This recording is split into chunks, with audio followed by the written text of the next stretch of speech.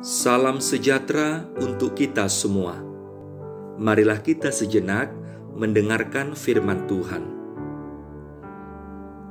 Kemudian ia menuangkan air ke dalam sebuah basi dan mulai membasuh kaki murid-muridnya, lalu menyekanya dengan kain yang terikat pada pinggangnya itu. Yohanes 13 ayat 5. Seseorang yang rendah hati adalah mereka yang memiliki pengenalan diri yang sejati dan membawa dirinya kepada sikap memuliakan Allah. Hidup rendah hati hendaknya dimiliki oleh setiap orang, dan itulah yang Tuhan perintahkan kepada kita pengikut-Nya. Tuhan Yesus adalah teladan utama bagi kita dalam belajar hidup rendah hati. Selama hidupnya di dunia ini, Yesus selalu berjalan dalam kerendahan hati. Oleh karena itu, pelayanannya membawa pengaruh yang begitu besar bagi dunia. Sejak manusia jatuh ke dalam dosa, maka dunia ini sudah dikuasai oleh keangkuhan dan kesombongan hidup. Yesus datang dengan bersenjatakan kerendahan hati untuk mengalahkan dan menaklukkan kesombongan itu.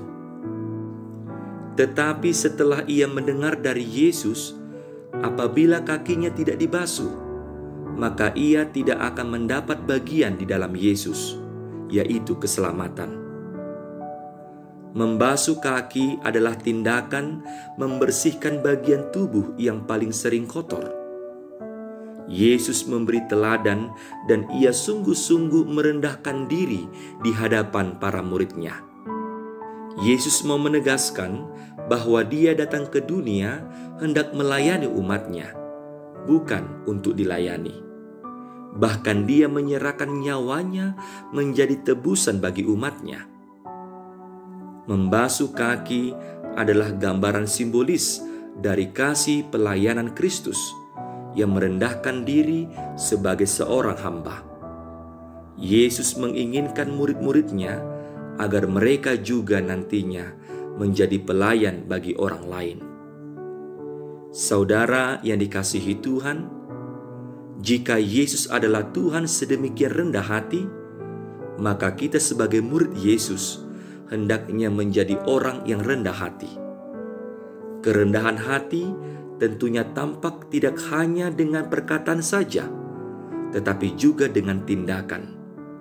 Seperti Yesus yang tidak hanya berkata tentang kasih, tetapi ia juga menyampaikan pesan agar para murid-Nya dapat saling melayani dalam kerendahan hati.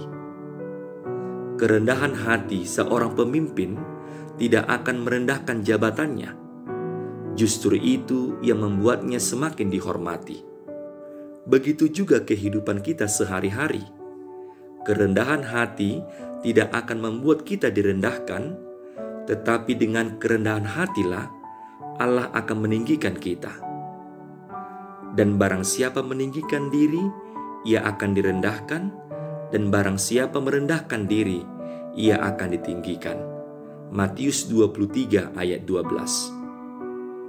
Hati yang keras hanya dapat dilembutkan jika ada kerendahan hati dan saling menghormati.